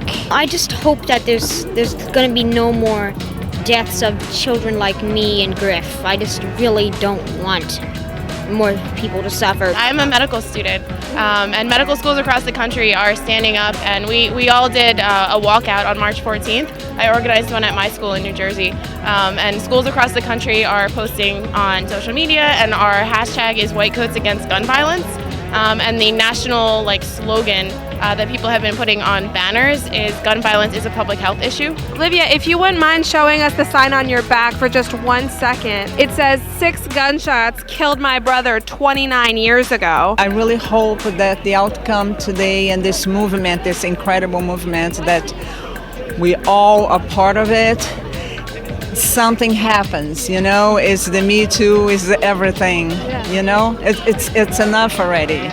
It's enough. What do you think of the proposition of arming teachers to protect schools? I think that is ludicrous. I don't think it's right. I think it'll be more accidents. One of the proposed things to kind of curb violence in schools is arming teachers. What do you think about that? It's the stupidest thing I've ever heard.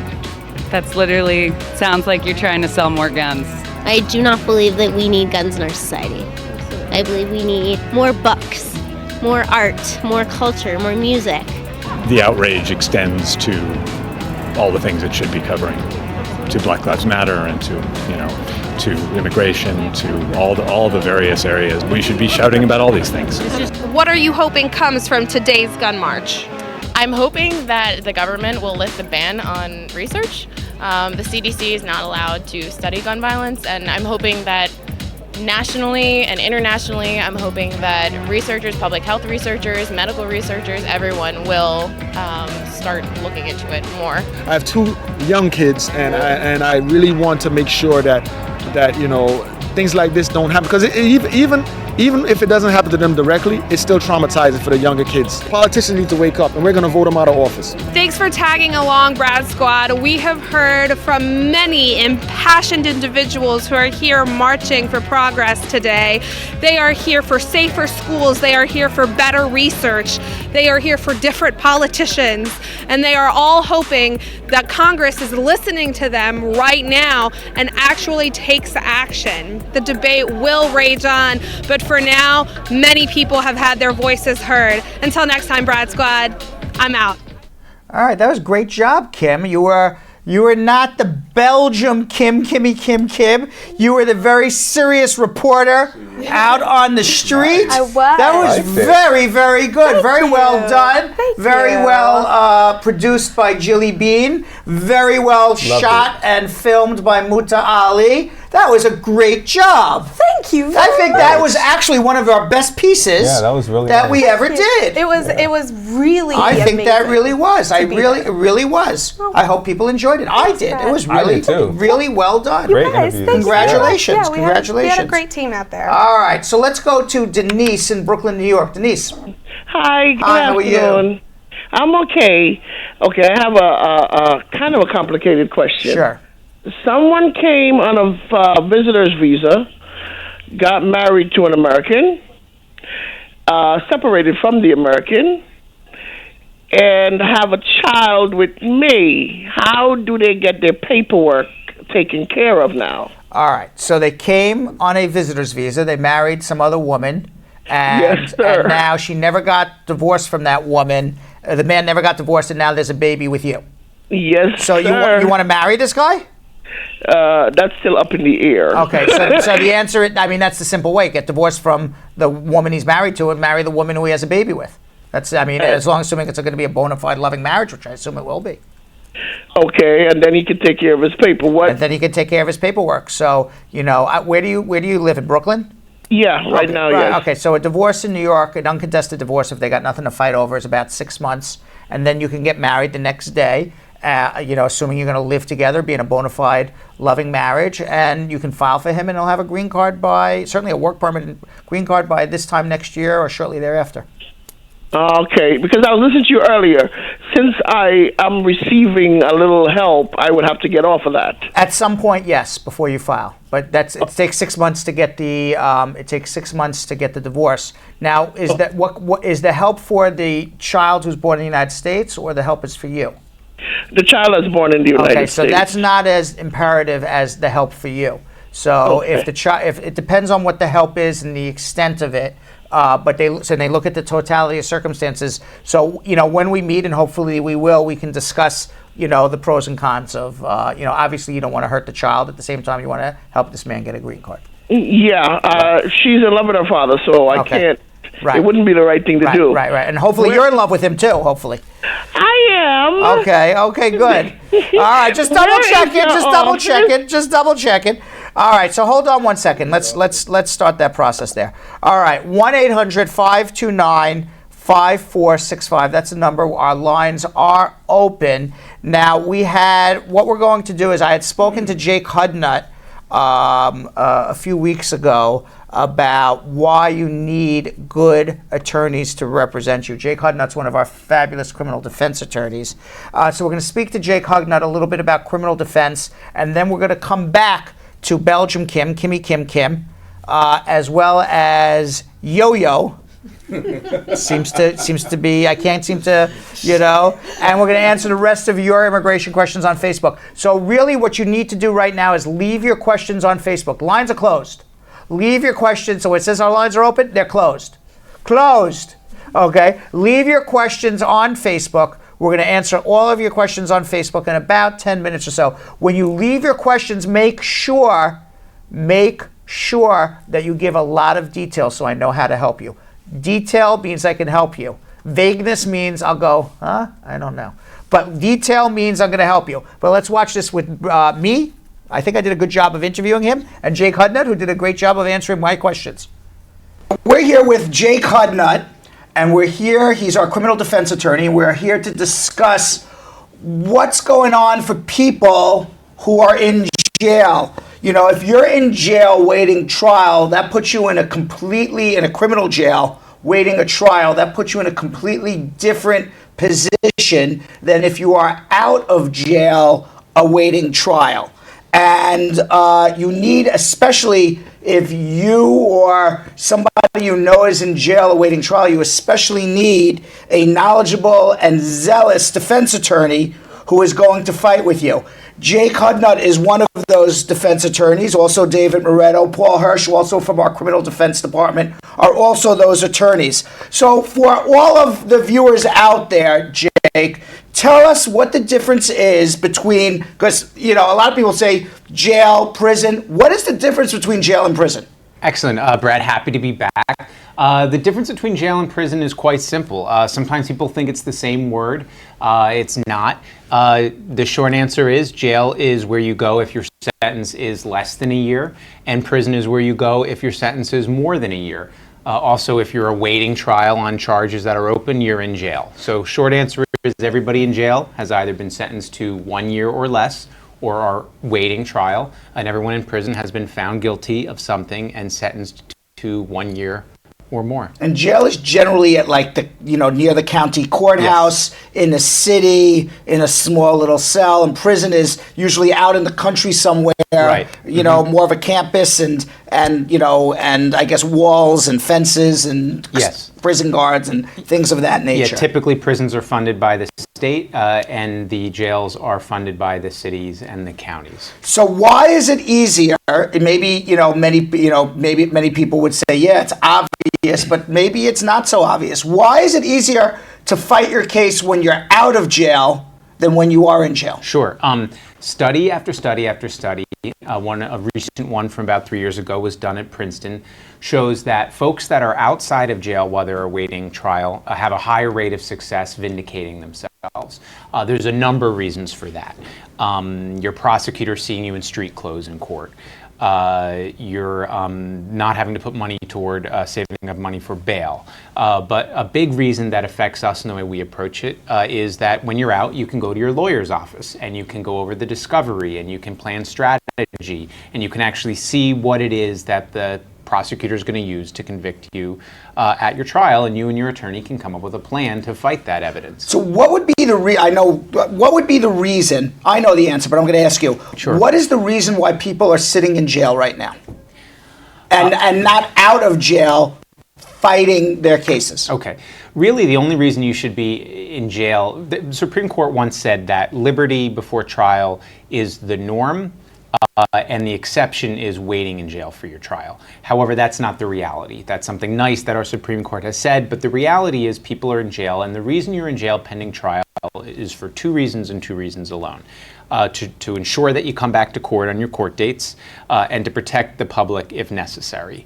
But all too often, it has become a money issue, and people who can afford to make bail are the ones that are out and not waiting for their trial. We've talked about this before, but you need a lawyer who's going to make a very good bail argument, so you get a low bail or a released on your own recognizance. And that's why people are in jail. Really, you're waiting so that the court knows that you're going to be there for your day in court. Now, what happens if Jake Hudnut is contacted after bail is set and bail is too high for this person? They don't have the money, they don't have the home to put up as collateral. What would Jake Hudnut do? Can you go back and ask for another bail hearing? Can you make an appeal? What is the process to try to get somebody out of jail? Yes. The standard in most jurisdictions to fight a bail that has been set is you need to show a change in circumstances. I think the easiest way that a good attorney is going to do that is they're going to relook through all the evidence and they're going to find something that prior attorney missed, and they're going to argue to the judge, hey judge, look, this wasn't taken into consideration, it should have been, and the bail should be lower. And that goes toward the notion of one of the things a judge can consider when setting a bail, in addition to ties to the community and prior criminal record, is the strength of the state's case. So if you can kind of attack the proofs at a trial, pre-trial hearing, you might be able to get the bail lowered. And if not, then you got to get in there and visit your client in jail. So they say, I don't know who they are, but this is what I've always heard, and even when I was in law school and as a young attorney, there's only three places an attorney should be: in court, in jail meeting their clients, or at the crime scene. Let's talk about at least two of them. We know about your courtroom theatrics and how well you do there. Let's talk about going to meet somebody in jail. Maybe bail has not been set. Maybe bail has been set. They can't afford bail.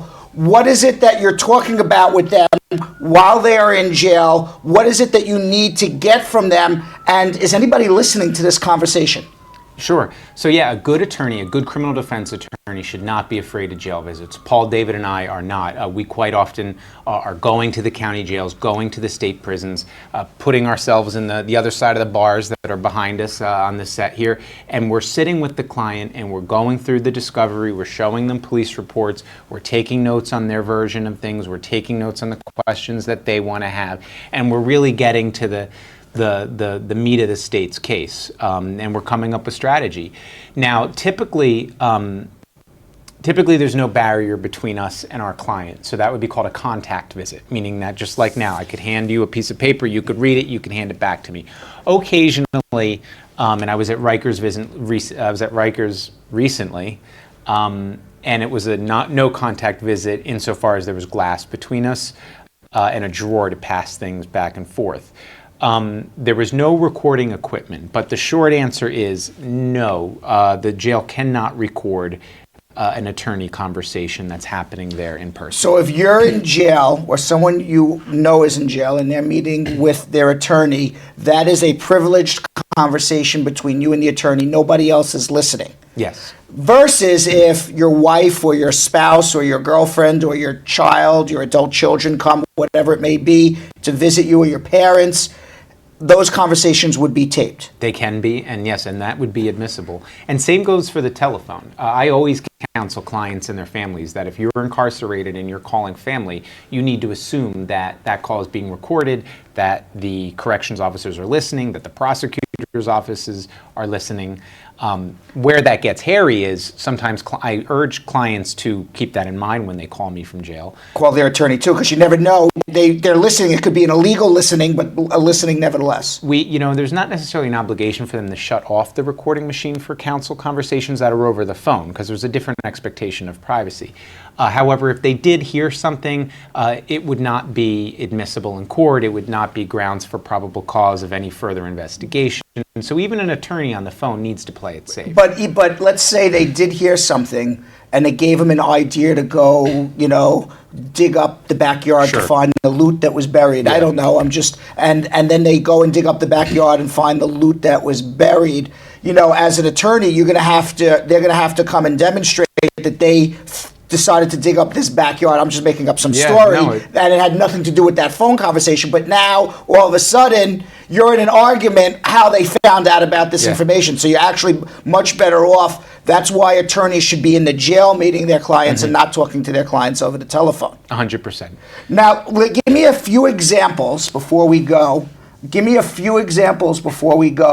Of real life situations that you handled, that Paul handled, that David may have handled here at Spar and Bernstein, where you zealously defended somebody in a jail, and because of the work that you did in your zealous defense of them, it really made a difference. Sure. Our interaction with the jail isn't just limited to going there and visiting clients. We need to keep in mind that folks that are in jail awaiting trial have not been found guilty of anything yet. And they are, of course, human beings that have certain needs and rights. Three examples come to mind on times that I've had to step up and help a client who's in jail. I had a client who had very bad kidney disease, was not getting medical treatment regularly. He was supposed to have it 3 times a week. The jail kept missing, or the bus was late.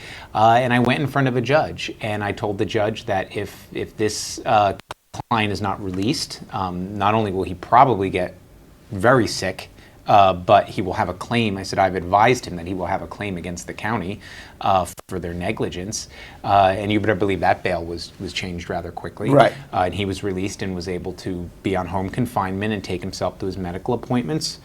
It's a very common practice where I cut my teeth in Hudson County that if a client's immediate family member dies while they're in jail, if you're a defense attorney worth your weight, you go in front of the judge and you get a special order permitting the county sheriff's officers to take that inmate to that funeral so that they can pay their last respects, have the right to say goodbye. And lastly, very interestingly, and you see this portrayed inaccurately on television and movies all the time, is that if a defendant is going to go to trial in front of a jury, they have to be dressed as if they were not in jail. A jury cannot know that a defendant in front of them is incarcerated. You always see the defendant in the movies the TV come out in the orange jumpsuit. Right. Now, for a status conference, you might see that, but once the jury's impaneled, that person has to be dressed up. And who's supposed to give them their clothes? Family. Right. That's not always a reality. Some public defenders' offices will work with you, but quite often on my proudest trials, I've dressed the client myself. You went out shopping for the client. I've stood behind plenty of clients and put the necktie on before the jury comes in the room, because it's reversible error if a jury finds out that a defendant is awaiting trial in jail. Well, that is just, it's fantastic information, by the way, and a fantastic job that not only you do here at Spar and Bernstein as criminal defense attorneys, representing our clients, people who are accused of crimes, some who are rightfully accused of a crime, but still have certain rights, and others who are just in the wrong place at the wrong time and certainly have rights as well. So, and you do a wonderful job, you, Paul, David, and for everybody out there. God forbid you get yourself in a sticky situation. You need to have good criminal defense attorneys who represent you, who are zealously representing you, whether you are in jail, whether you are out of jail, whether you need to get out of jail, and whether this is yourself, your loved one, your family member.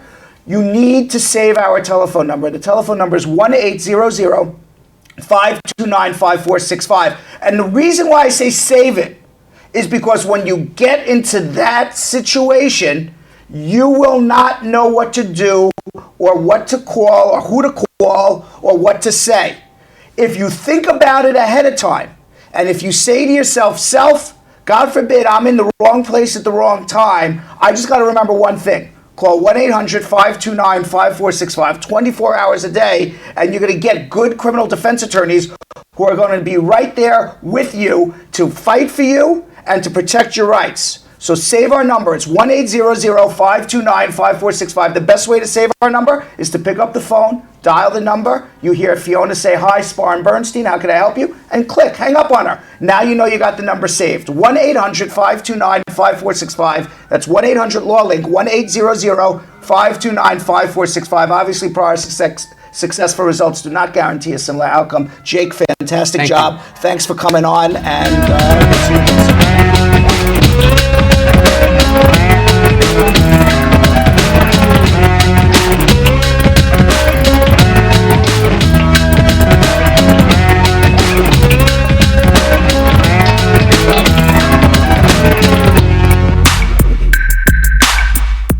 All right, so whoa, now I am. We got a little dark there for a second. That was Bradshaw. They were checking how to do the lighting for Bradshaw Live After Dark. I see that. Yo-Yo's taking off the shirt. Here we go. Oh, I need to bring my ones in. Did not realize I was going to make it All right, everybody just calm down a little bit. Just calm down. Everybody just bring it down. This is a law show, Yo-Yo. This is a law show. We keep it professional here. Yeah, let's keep it professional. Oh, yeah. Meaning we keep our clothes on. That's as professional No as we clothes are coming off on my show. Listen. Certainly not Bradshaw Live. Colon After Dark is when you can. All right. We got people who need help. That's what we're here to do. All right. So let's go speak to Janice in Hackensack. Janice. Hello. How are you? I'm fine, thank you. Jackie, I apologize. I thought it was Janice. Jackie. Okay. Yeah. I have a complicated case with my son. Mm-hmm. My mom filed for me a couple years ago. Right. And I got married after. My son was on the filing. Mm-hmm. I have 2 children after him, so 3 of us. So, and then they move up the file because my mom had a green card, but when she became citizen, they upgraded the file. But you said you got married. Yeah. Okay, let me ask you a question. What happened first? Did your mom become a citizen first, or did you get married first? I think I got married first. Okay, so that's the end of the case. But okay, yeah, but she upgraded it where it put it back in from. But that's the end of the case. Stop! Don't say another word, because I don't want to hear what you did after that. Because everything you did after that may be what's called in my religion not kosher. Because Yeah, but let's we got shush. Did you just tell me to do shush? Let me explain something to you, Jackie, in Hackensack, New Jersey, because your name is already up. I just told you that was the end of your case. So if you told me you got through really unlawfully. So that's why I'm telling you to shush, because anything you're saying is not privileged between me and you. You've now told the whole world a problem, a huge problem for you. Okay, hold on one second. Hold on. All right, let's go to, if I tell you to shush, you shush. Okay, rule 1. Brad says shush, you shush. Whew. For your own good. For your own good. You can't tell the world that you did something wrong, because it's not privileged. Nothing you say to me is privileged. Carol in Queens, New York. Hi, Brad. Hi, how are you, Carol? Good. I have a question I'm asking on behalf of someone else. Okay. I have a friend who son is living in the States. However, he doesn't have a permanent green card, because he was a visitor. However, he got married to gain his residence. Right. And thereafter, he had a girlfriend that he had home in Jamaica, and the girlfriend came to live with him, and because he wasn't with the wife that he's married to. So he basically, are you saying that he did a business marriage? Well, I would say this, Carol, the same thing that I told to Jackie from Hackensack. Shush. Don't come on the show. Everything that we're saying here, okay, is open for business. It can and will be used again. I don't know who's watching the show. Okay. All right. So when you want to call and tell all about the skeletons in your closet, don't. Just make an appointment. Hold on. All right.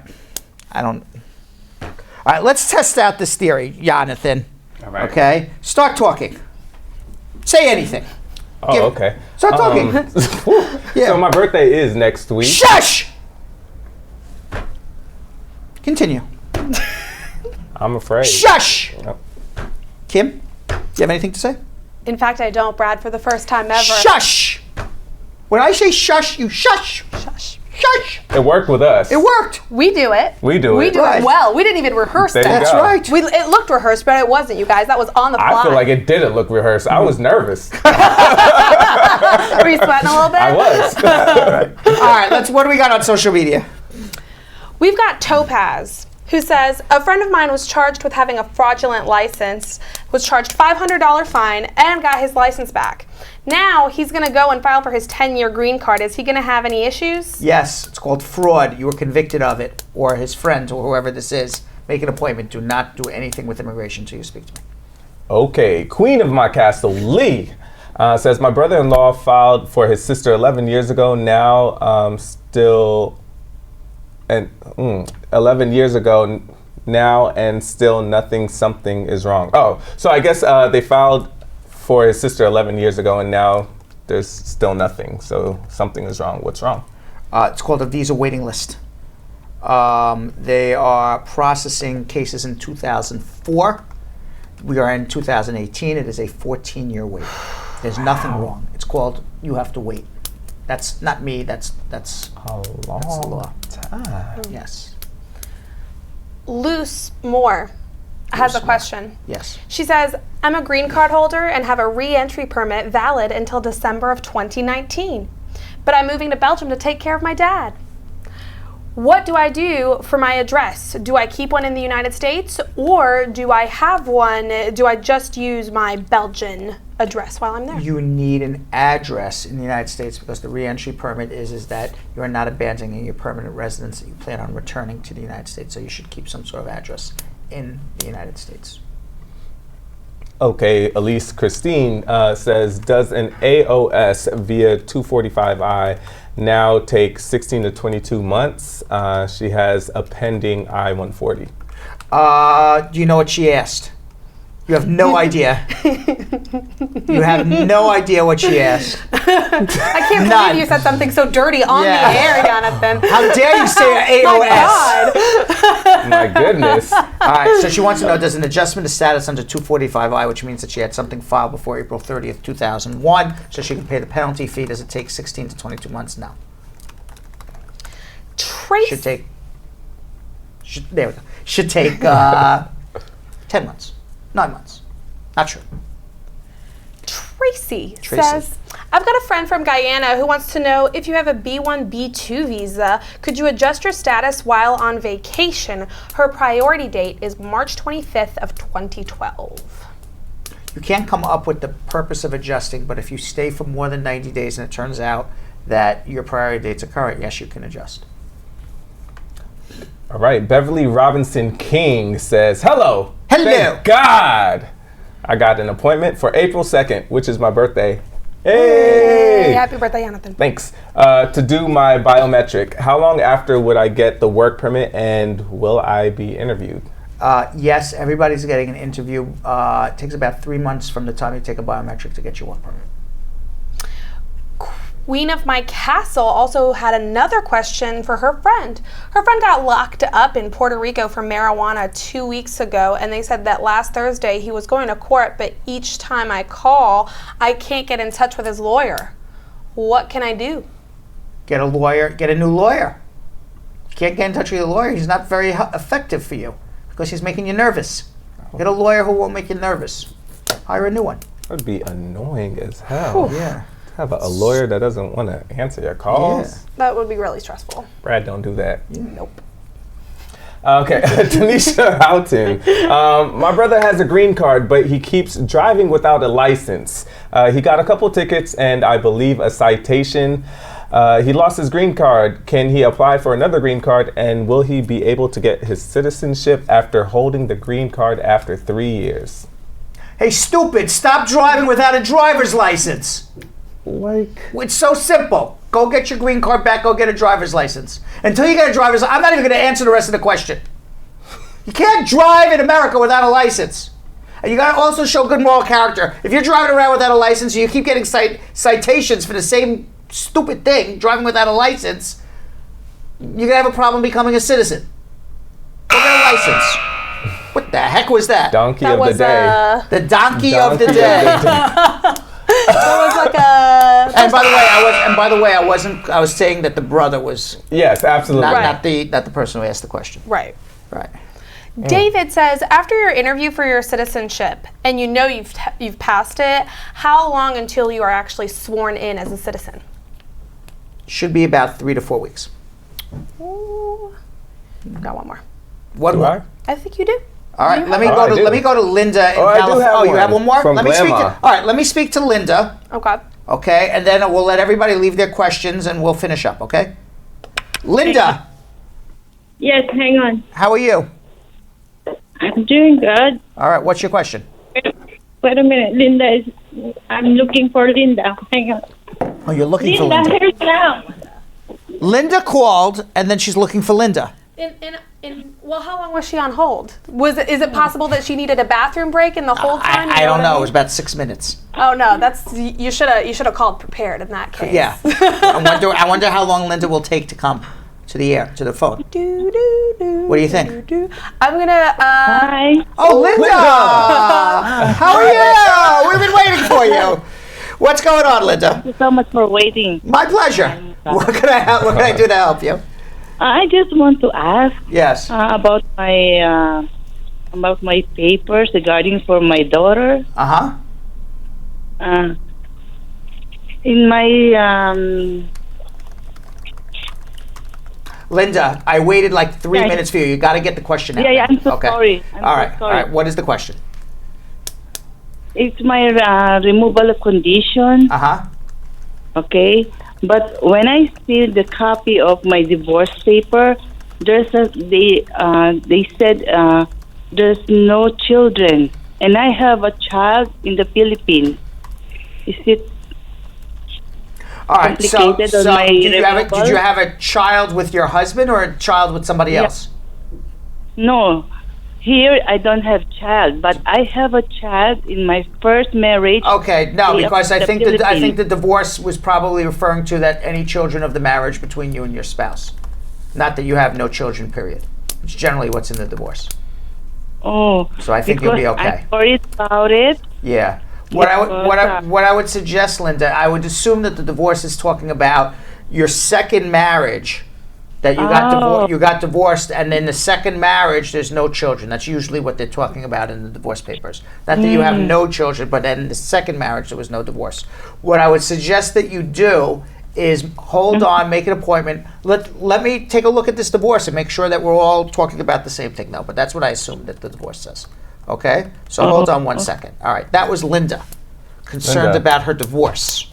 Whether or not the child, there was no children listed in her divorce, yet she has a child back in the Philippines, but that's with a different man. Right. So I think she should be okay, because generally in the divorce, they would only say what happened in that marriage. Within that marriage. But I would have to take a look at that. I mean, I feel with any kind of divorce, I feel like it's really, really, really important to make sure that you've got a lawyer on your side. Just because when your emotions are taking over, yeah, it's like going in for surgery. Like you would want to have a doctor on your side. Exactly. Okay, when you're going for surgery. I mean, you wouldn't go for surgery and say, you know what, I'm not going to have a doctor on my side. I got this. Scalpel. Right. Scalpel, please. Right. Exactly. I mean, that's basically it. That's basically it. Right. Yeah. No. And it's I think she needs your help, Brad. Yeah, I think so too. All right, what else we got here? We got about 3 minutes to go. Okay, I got Marge Higgs, Grandma, right? Grandma. That's Grandma. I like Grandma. All right, my question for the lawyer is... Question for the lawyer. Yeah, so formal. Yeah. Do you think that people are not aware of what should and should not happen when they're locked up? I've never been arrested, but I'm aware of habeas corpus. It's a very philosophical question from Grandma. You asking for a friend or not? The answer is, I'm just like, she's asking, do people not know what to do when they're locked up? Yeah, so maybe you should give some advice on like what you should do. Well, habeas corpus, first of all, Grandma, habeas corpus is Latin for bring the prisoner forward. You file a habeas corpus when you're being locked up illegally. And many times people are locked up illegally. I'm not sure what we're referring to. We're referring to being locked up on a criminal case, being locked up on an immigration case. So, a lot, it's habeas corpus there's an illegal confinement. So in other words, you're being jailed illegally. I think most people don't know what their rights are, period. And I think that, the other thing that people don't realize is everything you say can and will be used against you. So the only thing you should be doing when you're locked up is shh and call a good lawyer who will then tell you what your rights are in your particular case. Your rights and what your issues are may be different than the guy in the jail cell next to you. So that's why you need a good lawyer to assess it all. It's not like there's like a list and shh, here it is. Okay? So that's my opinion on the whole thing. We've got Malia, who wants to know, my guy is a green card holder, and I'm in the U.S. on a B1, B2 visa right now. Could he file for me and my 2 kids aged 8 and 18? He got his green card through his parents last year. First of all, you got to get married to your guy. All right? And then, yes, he can file for you, but you're going to go home and wait about 1.5 years to 2 years. You're not going to stay here out of status. One more question, and then we're going to get to comment of the day. So we've actually just got one final question. Oh, really? So that's perfect. Yeah, that's perfect. Okay. It's Jeff Bosey who says, I only have one request. Please take away Brad's pen. Oh, dang. Done. I was playing with it all for 2 hours now. I think the whole show, he had to wait till the end. For me, I don't know. I found the pen here and I was playing with it the whole entire show. Oh, that's it is now. I just threw it away. Literally threw it. No more pen. No more pen. And today's highlight of the day. Oh, it's highlight of the day. I keep calling it the wrong thing. It's gonna hurt, Brad. It's gonna hurt. But Denisha John has gotten really mad at me for not passing on this message. So this is the highlight of the day. It's a comment from Denisha. Oh. Good night. We'll see you all tomorrow. That was it's cute. Cute. Oh, So, Sam, as part of the production, we have to say this disclaimer at the end of the show. Do you mind reading it for me? Okay, but you know, Brad, I have to do everything around here. It's bad enough I've got to remember everything that happened on the episode from the previous day. Forget it. I'll do it.